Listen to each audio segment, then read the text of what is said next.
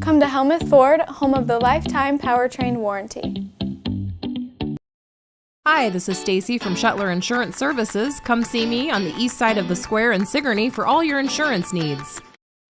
Looking for the perfect way to celebrate mom? Don't miss the Mother's Day vendor event on Saturday, May 9th from 9 a.m. to 3 p.m. at the Dutchman Event Center in Cantrell, Iowa. Shop from 60-plus vendors featuring handmade gifts, boutique items, home decor, and sweet treats. Plus, enjoy several food trucks all in one place. It's the perfect spot to find that one-of-a-kind Mother's Day gift while supporting local businesses. Bring your friends and family and make it a fun day of shopping, food, and celebration. That's the Mother's Day vendor event, May 9th, 9 to 3 in Cantrell.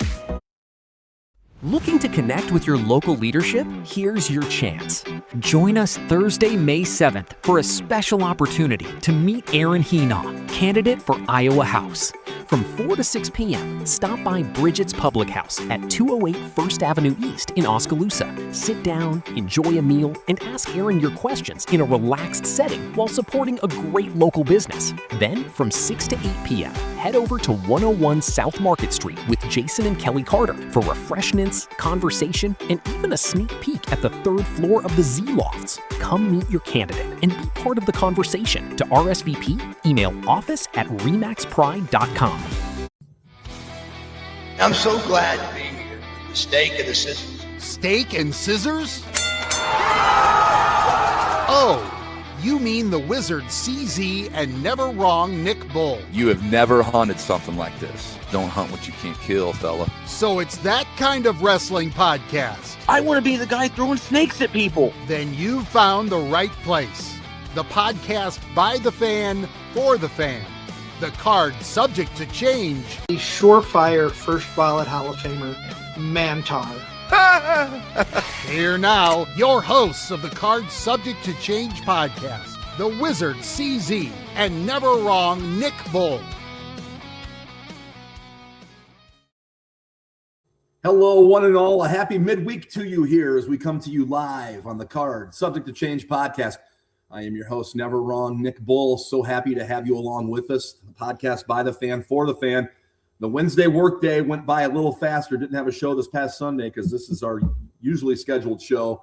But you move things for a big-time guest. Had a little spring in my step today at work. Work went a little faster today, CZ, knowing that we were going to be interviewing, not only an author, but also a former WWE Tag Team Champion. You don't talk to those guys every day. So looking forward to this one. But yes, my co-host, the Wizard CZ, is here and in living color, and he's going to fill in the blanks for you here before we bring in our guest. Absolutely. We are powered by Lopez Pizza, broadcasting to you from the Atomic Sports Cards and Collectibles digital studio. And like you said, Nick, I'm excited. I'm ecstatic. We got to talk to this gentleman last year at the Sandra Lee Memorial Car Show. Give a shout out to Ricky Lee for making that possible. And he told us about a book he was writing, and we said, hey, when it's out, come back on. We'll talk all about it. His name is Chaz Warrington, but you know him better as one half of the Headbangers Mosh. How are you today, Chaz? I am simply tremendous. How you guys doing? Feeling great, man. Doing great. We'll talk more about your elbow in a little bit, and you've been on the show, so we've asked you all about your love of wrestling. I want to ask you what inspired you to just one day decide, hey, I'm going to write a book, or was this something you thought about for years and just finally decided to do it? Well, the funniest part about it is, the colored career that I've had. There's so many people that have said to me, "Oh, you should write a book. Oh, you should write a book." And my answer always was, well, I'm not sure because I don't think statute of limitations has run out on most of the things that we did on the road. And I don't want to get in trouble still. So, I always kind of said, yeah. What actually happened is Pete Gass of the Mean Street Posse wrote a book. And when his book came out, I went and bought it. Pete's a friend of mine. We're still friends. We actually go and we watch Michael Wrestling together all the time because he's down here in South Florida now also. But I read Pete's book, and the sole reason I'm laughing because this is funny. The sole reason I read his book was to see how many times my name was mentioned. That's why I read it. But while I was reading his book, the perspective he was telling his story from, and I thought to myself, I was like, wow, like this is an amazing way. Like when I first thought, oh, write a book, the initial thought was, oh, you got to tell the road stories, that are kind of, shady, to cross the line, I could get you in trouble or get you judged by the, the public and stuff like that. And I was like, yeah, that's not stuff I want out there. But then the way Pete wrote his book from his perspective of what was going on, I was like, holy cow, I can definitely write a book. And my son was getting a little bit older, and my son, so I left WWE in 2002. My son was born in 2004. So he never saw any of it. He saw me do a bunch of indie shows, but anything to do with WWE, he knew nothing about. So my other thought was, well, I'd like to write this for him. Even if it doesn't get published, or even if I don't finish it, I want to write it for him. So it started a good 7 or 8 years ago, off and on, and it was more off than on. And then finally, it was October of 24. I went back up to New Jersey for a high school band reunion. And there was a girl there, and I started talking to her, and it turns out that she is a ghost editor, a ghost writer, and an editor. And so I started telling her about my book, and she said to me, she goes, wow, she goes, well, send me over what you have. I'd love to read it and, just see. And I was like, all right, at this point, I was probably about 75% done. And I sent it to her. A week later, she calls me and she goes, oh my God, she goes, Chaz, this is great. She goes, this is the way you tell the story. She goes, from your perspective is amazing, because no one would know what's going on, or no one would see it from that side of it. She goes, I would love to work on this with you and help you get this finished. So I was like, jackpot. So that motivated me to keep writing and keep going. But I think the great part about the book is it's not just stories. It's basically from the first day I walked into the Monster Factory in June of 1993 until my contract ended in January of 2002. And it's bookended by our return in 2016 when we went back. So the book starts with that story, then I stop it, then I tell my entire story, then I end the book with the finish of the 2016 story. But it's fans, and we did a convention this past weekend in New England, a New England Fan Fest. And someone came up to me and they're like, I love the book. And what I loved about it was I saw your story on TV. What I loved about it is that your book told me what was going on in your head behind the scenes before you went out on TV. And that's the whole point of the book. It's very vulnerable. I get emotional in the book. I talk about my successes. I talk about my failures. It's all in there. Basically, what I was thinking, what I was going through. Glenn and I, Glenn and I have been together. It'll be 33 years in June. He trained me. So literally, we've been together 33 years, which is more than half my life. And that's longer than a lot of marriages.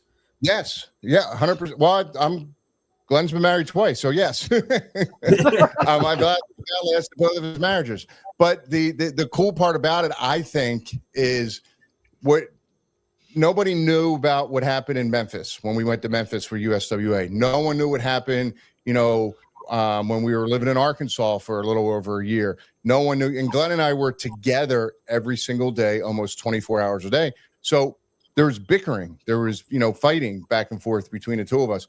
And all of that's in the book.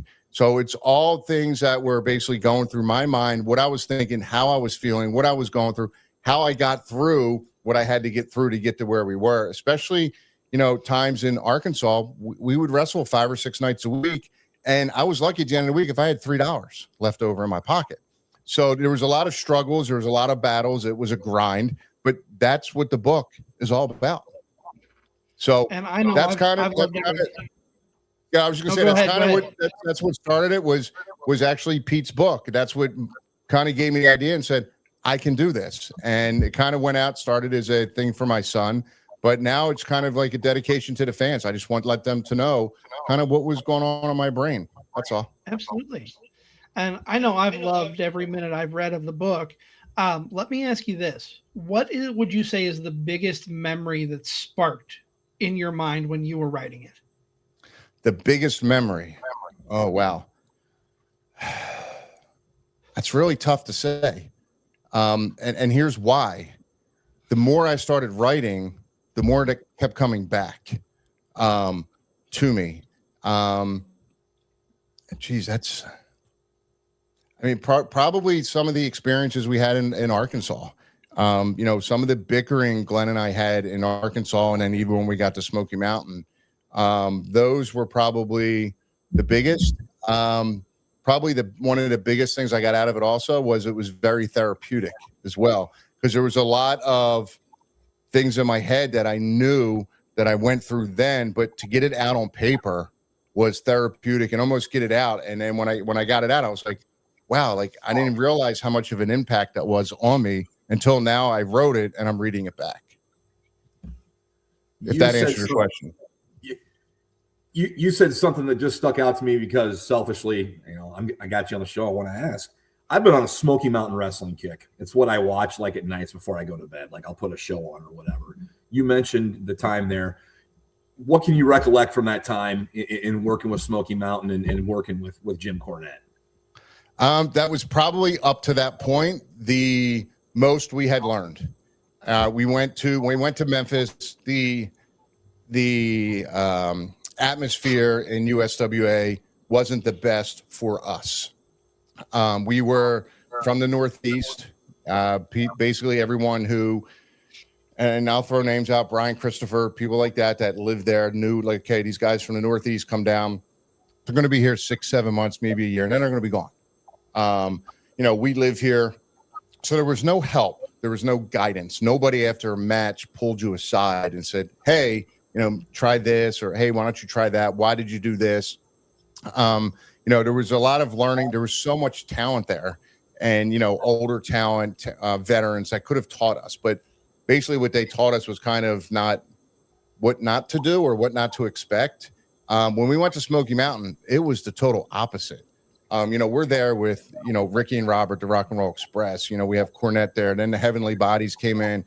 You know, Tracy Smothers, Dirty White Boy, Tony Anthony, Al Snow's there, and Brad Armstrong. These guys, after a match, especially we worked a little bit. I don't want to say it was a program, but we worked quite frequently with Tracy and Tony, and then Rock and Roll Express.